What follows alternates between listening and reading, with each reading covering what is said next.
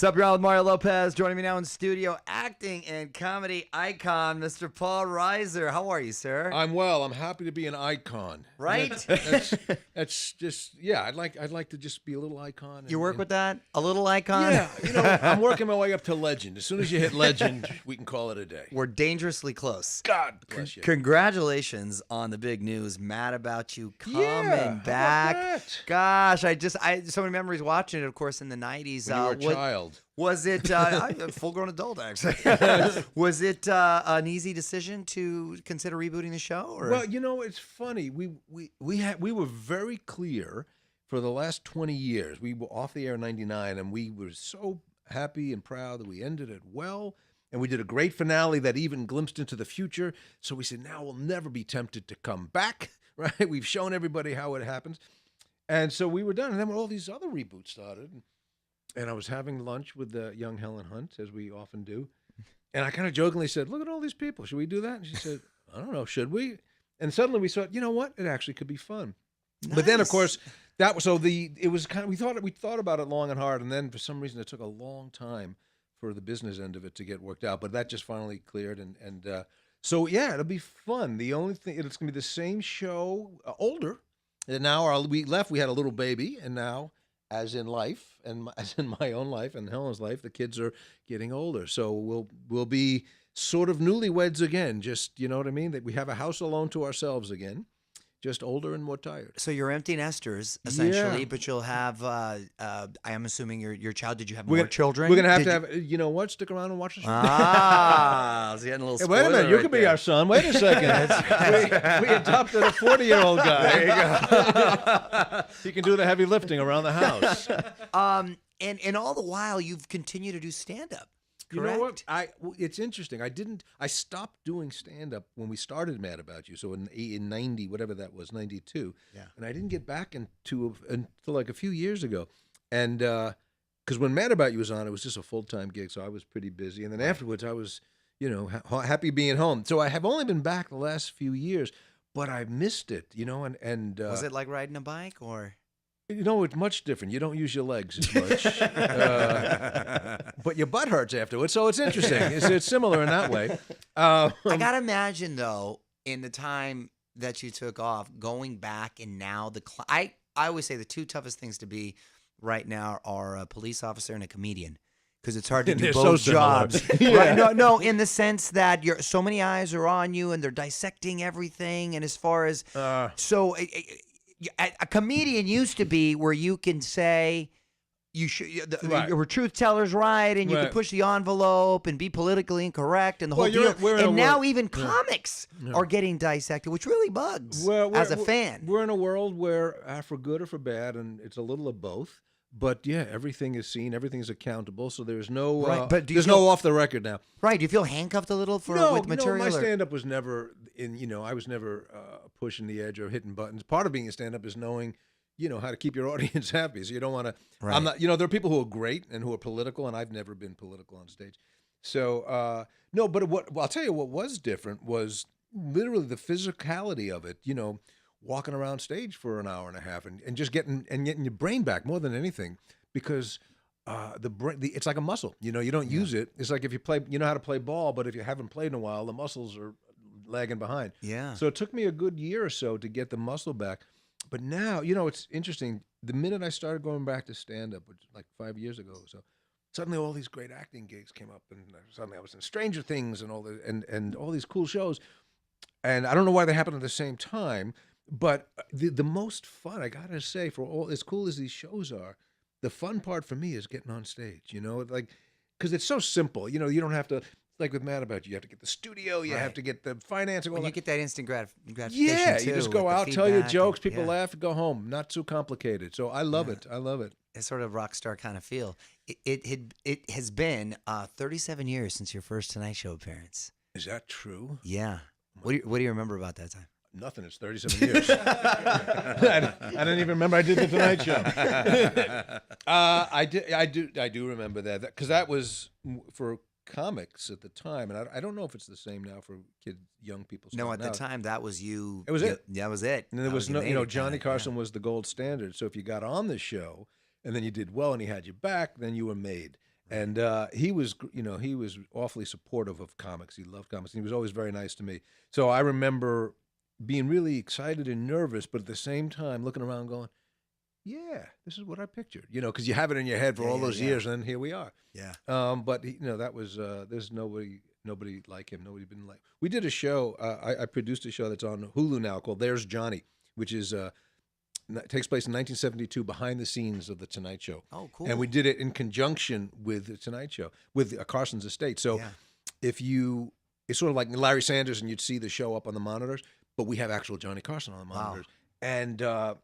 That was a trip because it was really like a little time warp. We rebuilt the set as it was in 1972 when I was a kid and I was in New York watching the show, and now I'm actually on the 1972 stage. It was really a mind messer, but so that was a lot of fun. But yeah, it's been great, and I never really get to play. Usually when I perform, I'm going out into the world, but I get to play right here, sort of local, La Mirada, California next week. It's fun. When I think of Johnny Carson, I'm probably one of the only people, or at least I assume, that has met Johnny Carson for the first time in his underwear. What? I'm going to give it to you. That story. Why is that? Because I was. Is that why when I met you, you were in your underwear? I try to make it a habit, but I was doing the show Saved by the Bell right next door to the Tonight Show. Oh, that's time. right. And I walked into the wrong. Our wardrobe was right. No, it was early, and I just walked in, and there's Johnny just in his underwear. No, or Mr. Carson, and like what? And he was cool about it. I go, oh, excuse me. No Obviously, I way. recognize him. He's like, oh, it's okay.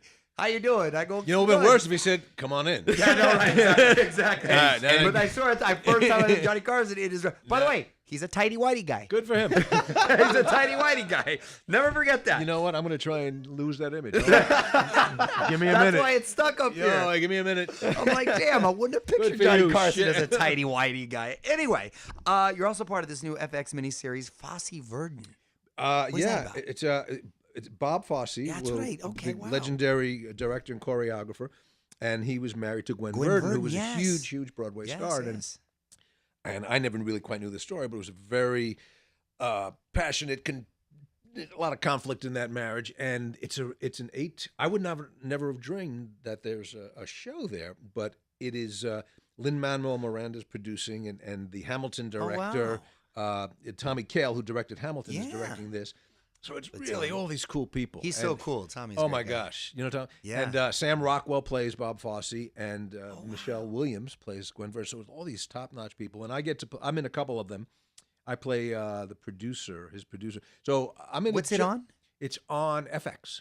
I think in April. Got it. I'm in it just enough not to bring the show to a halt. You know what I mean? Just in and out, and they go, "Hey, there's the guy we know," and then gone. That's awesome. Well, you mentioned Stranger Things briefly, and we're all huge fans here. So your character was last seen setting up a new life for 11.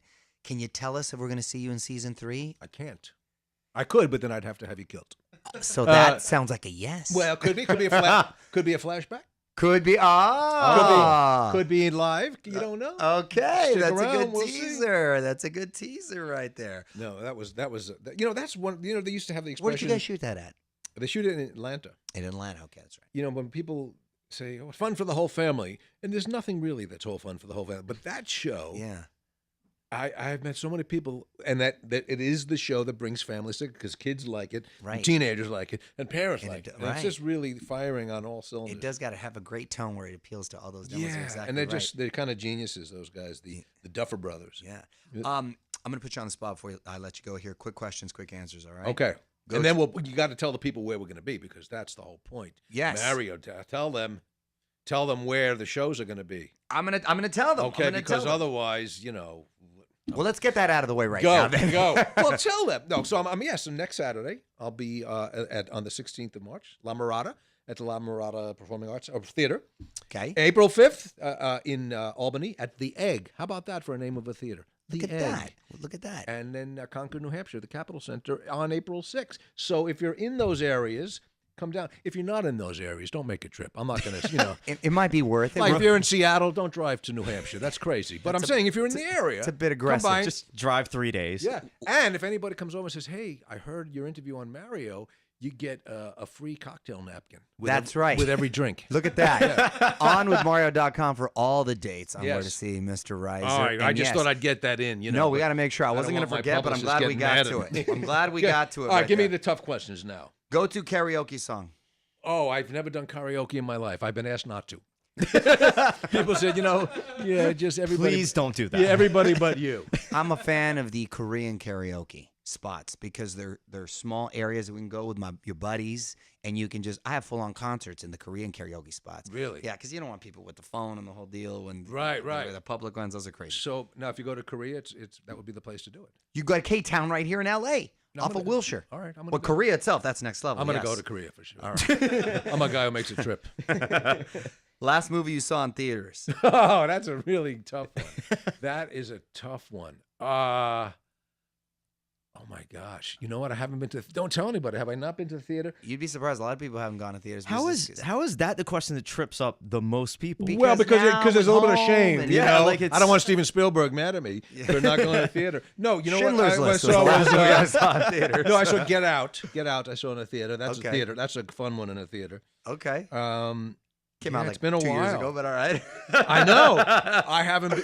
No, I know. I haven't unless it's a kids movie because the kids I haven't. I watch most of my movies in a hotel room because you're on it telling me what to watch. There it is. Yes. Unless I hear from Mario and I get to spend $27, I don't enjoy him. So you are on the road. You are I'm on the renting road movie. in my pajamas looking at you. There you Rented go. it for $27. It's a way to go to sleep right Whatever there. the heck it is. Celebrity crush growing up. Oh, okay. Barbara Feldon, Get Smart, Oh yeah. and then 99. And then she actually did an episode of Mad About You, which is all about how we had a crush on her as a kid. Oh, which was wow. Kind of mind-blowing. And It's a full circle moment. And then those action. Okay, you never saw the original. Is it the Avengers? Diana Rigg, and was that the Avengers? What's I know her that name. Diana Oh. Rigg, who's now I think she was on Game of Thrones or something big like that. Yeah, I'm But, sure she's look hot. it up. Come on, somebody Google it. But I had a huge I'm crush gonna take your word on her. for it. Okay. And okay, so then was a little older. Oh, And you're this giving me a became- whole roster. Well, I spent a lot of time alone by myself in a room. But when I was after college, frankly, and saw Alien and Sigourney Weaver, I had a huge crush on Sigourney Weaver. Cut to 10 years later, and I'm making the second Aliens with Sigourney. I had to sit on my hands. I had to just behave myself and act accordingly. It's kind of cool. You I got eventually over it. work with your Yes. crushes. Yes. Yes, that's 2 out of 3. Never heard from Diana Rigg, but Not yet. No, the day is young. Not yet. The day is young. Go to onwithmario.com for Paul's stand-up dates and ticket info. You can follow him on Instagram at Paul Reiser Official. Thanks for stopping by, sir. So nice to see you. You too. On with Mario Lopez.